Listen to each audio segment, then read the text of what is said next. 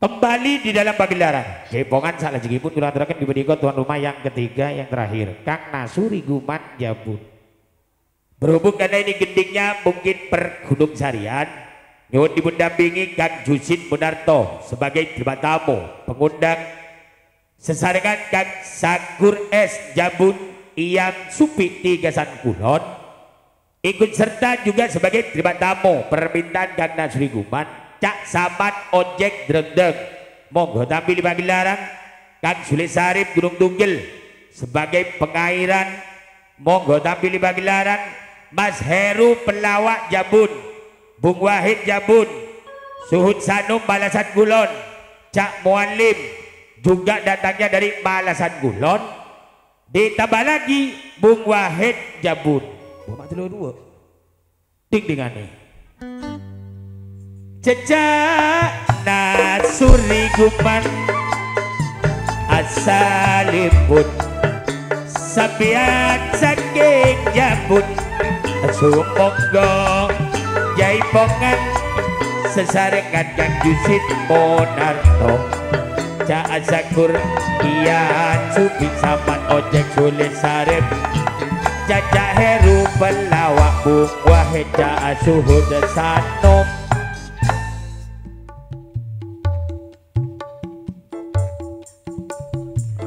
Penumpangnya masih ada.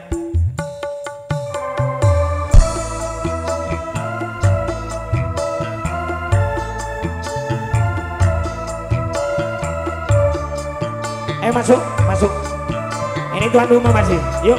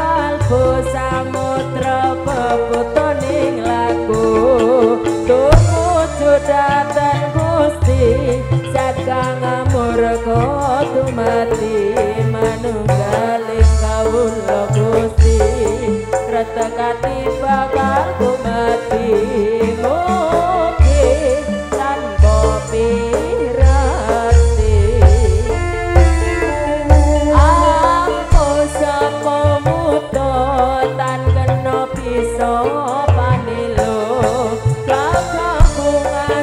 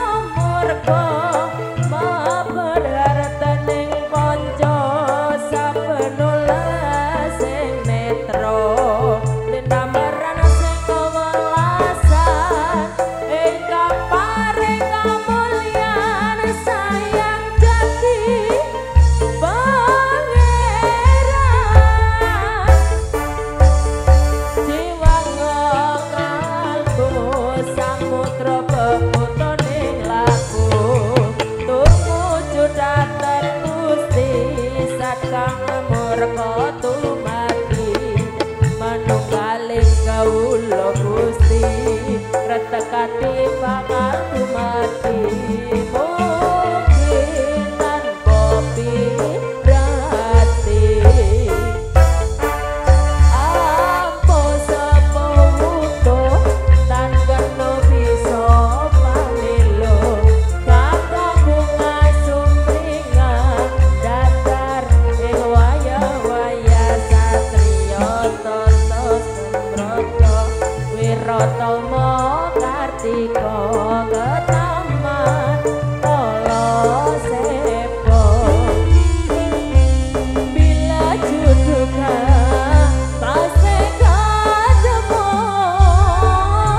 senajan sanonton dikakon jauh kalau daun seaden teang tapi sanonton bedai gimana gula bingung bingung rasana nape sanonton tidak perlukan tapi sabar sedente tikan lantaran pon ajen sidetika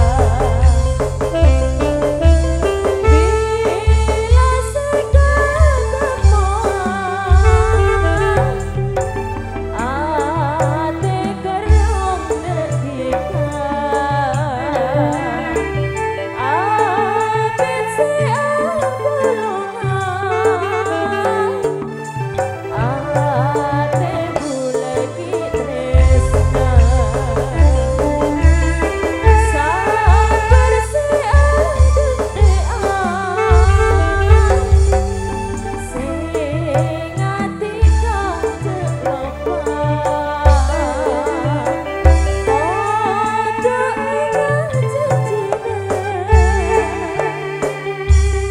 bulet pon padha tresna.